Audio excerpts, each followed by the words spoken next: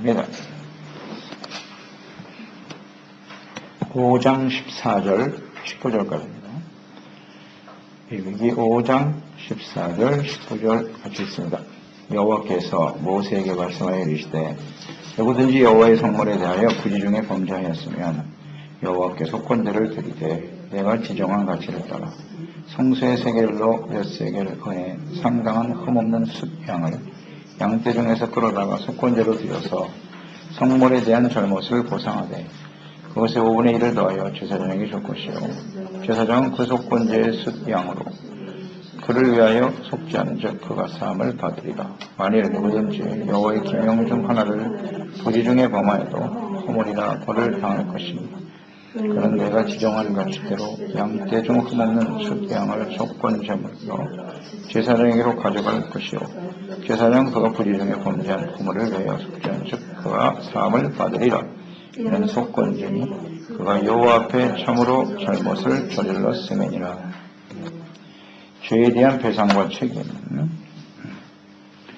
속건제에 대한 규례가 오늘 말씀에 나와 있네요. 속죄제와 속건제. 약간의 차이가 있는데요. 속죄제는 일반적으로 하나님의 율법 중에 하나라도 범하게 되면 그것을 죄로 깨닫고 이제 하나님 앞에 속죄 제물을 드리는 거죠. 그 속죄제는 그 범위가 굉장히 넓어요. 하나님의 그 율법의 말씀에 어긋나는 모든 것이 다 속죄의 대상이 되는 것이죠. 근데 속건제는 주로 하나님의 권위 혹은 성물에 대해서 범하는 죄가 있어요.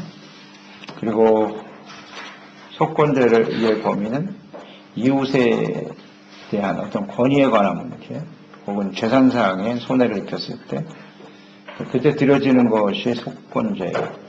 그런 면에서 속건제는 속죄제 안에 포함이 되어 있죠. 포함이 되어 있지만 범위가 좀 좁다 이렇게 볼 수가 있습니다. 그러니까 속건제는 속죄제에 대해서 좀 배상의 성격이 강한 거예요. 배상, 책임 이것이 따르는 것이 속건제로 나타나 있어요. 그러니까 속죄제 중에서 속건제는 좀 특별한 규례다 그렇게 볼 수가 있겠습니다. 15절 16절을 보면 성물에 대해서 범죄하는 경우 그래서요. 부지 중에 하나님의 성물을 잘못 다루는 죄 하나님의 거룩한 성전의 기구들을 잘못 다루어 상하게 하는 경우 그런 경우가 되겠죠. 그랬을 때 5분의 1을 더하여 배상을 하라 그랬어요. 배상하라. 그러니까 속죄제는 그냥 제물만 드리면 되는데 속건제인 경우에는 배상의 책임까지 따르는 것이죠. 그러니까 순양을 속죄제에 드리는 경우와 같이 속건제물로 드리고 배상도 해야 된다 이렇게 나와 있고요. 그리고 17절로 19절에도 보면 누구든지 여호와의 계명 중 하나를 부지 중에 범하여도 역시 속건제에 해당이 되는데요. 속죄제에 나타난 특성 중에 하나가 부지 중에 잘 모르는 중에 범죄하였을 경우 그걸 깨닫게 되면 이제 하나님께 드려지는 제사가 속죄제잖아요. 깨닫고 회개하고 돌이키는 죄.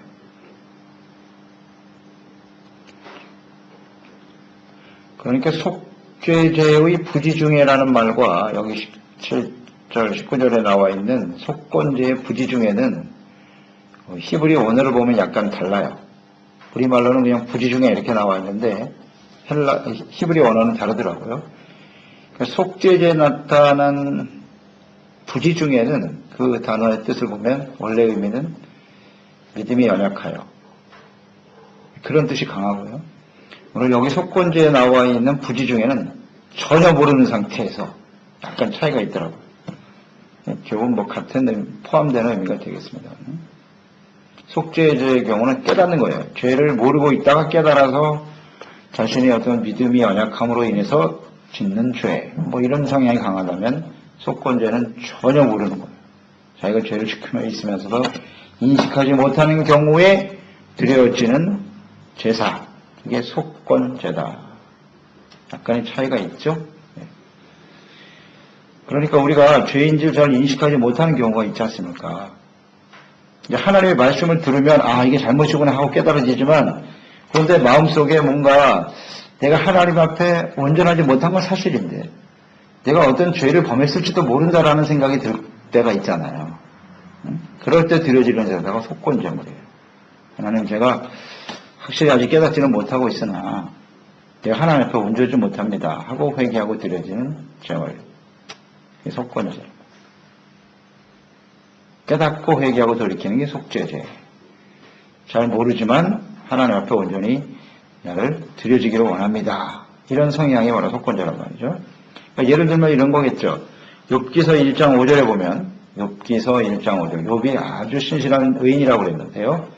그들이 차례대로 잔치를 끝내면 욥이 그들을 불러다가 성결하게 하되 아침에 일어나서 그들의 명수대로 번제를 드렸으니 이는 욥이 말하기를 혹시 내 아들들이 죄를 범하여 마음으로 하나님을 욕되게 하였을까 하민이라. 혹시 이게 바로 속건제의 의미일 거예요. 번제를 드렸다. 그 자녀들과 모여서 함께 잔치를 하고 끝날 때마다 혹시 일로 범죄하지는 않았을까? 확신은 알지 못하지만 혹시라는 말이다. 그때 이런 드려지는 번제의 성향이 바로 속건제란 말이에요. 죄를 지었을지도 모르겠다. 그러니까 자기 자신을 위해서도 그렇게 속건제를 드릴 수 있고 또 우리 지체들을 위해서 그렇죠? 우리 자녀들을 욥처럼 자기의 자녀들을 위해서 속건제 제물을 드릴 수 있죠. 그 의미를 아시겠죠? 속건제의 의미. 자, 이런 속건제를 우리가 많이 드리잖아요. 하나님 앞에. 우리 자녀들을 위해서. 구체적으로 우리 자녀들이 어떤 죄를 지는지 내가 눈으로 보지 못해서 알 수는 없지만 이런 생각이죠.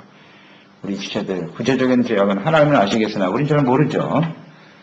자기 자신도 깨닫지 못하는 경우도 있고 그럴 때 드려지는 것이 속건제다.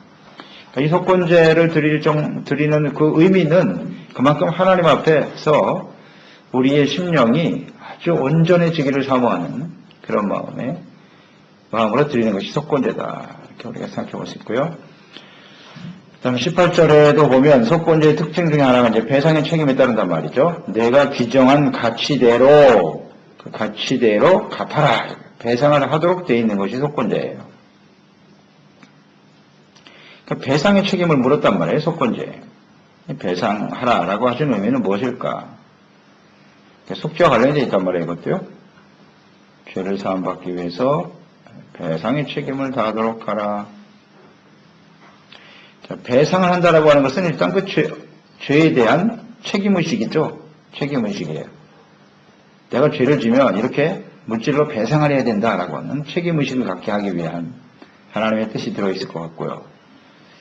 그 다음에 서로 상대와의 관계에서 우리가 생각을 해보면 그 상대에 대해서 우리가 배상을 함으로써 화해를 추구하는 의미, 내가 상대에게 재산상의 손해를 입혔어요.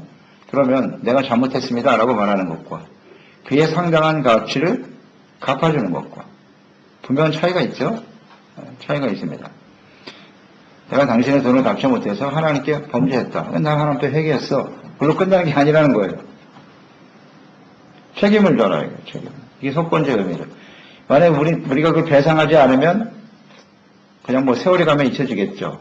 상대방이 그냥 잊어버리고 말면 그만이겠지만 온전한 화해가 이루어지기 쉽지 않다.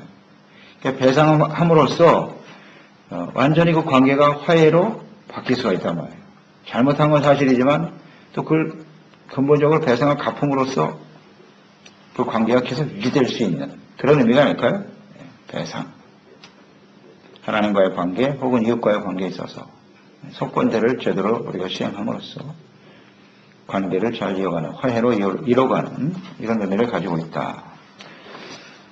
이것을 예로 들어본다면 누가복음 19장에 보면은 삭개오가 나오죠.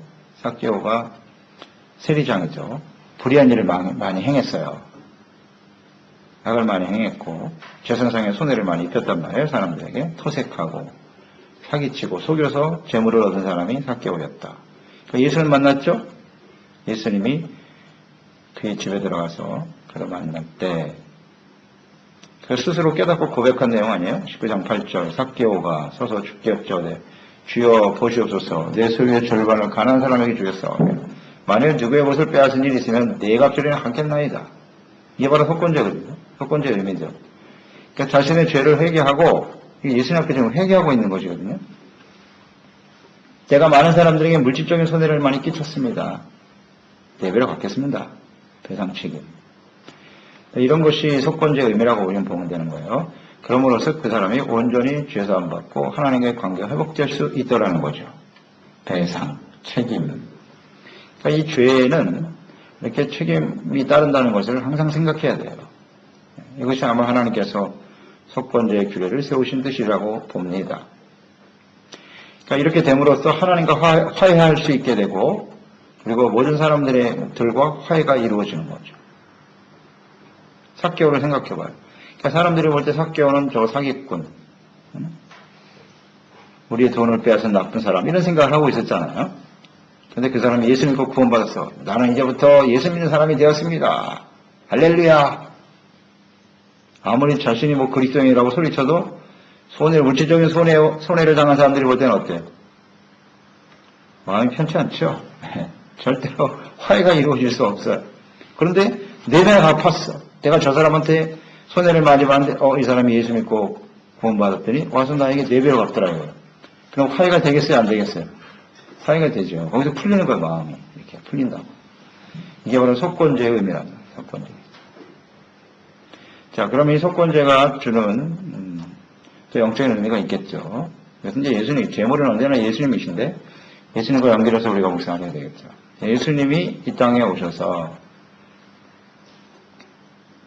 자신의 몸을 십자가에 주셨다. 이것은 이제 속죄제의 의미도 강하지만 속건제의 의미도 있어요. 속건제. 우리는 예수님의 십자가를 구속이라고 하지 않습니까? 구속의 사역, 구속의 은혜라고 하잖아요. 구속이란 말의 뜻이 뭐냐? 값을 지불하고 사는 겁니다. 종이었는데 값을 지불하여 사서 너는 이제부터 자유야. 값을 지불하는 게 구속이에요. 그러니까 예수님이 십자가의 구속에 은혜라는 것이 바로 속죄제의 의미죠. 우리의 죄값을 예수님이 대신 치루어 주신 것입니다.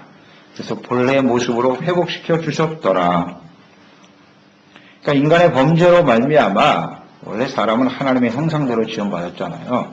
그 하나님의 형상, 영광 이것이 손상됐죠. 거룩함 손상되었는데 십자가에서 그 값을 지불하심으로써 하나님의 아들로 하나님의 거룩한 자녀로 영광이 회복되어지는 상태.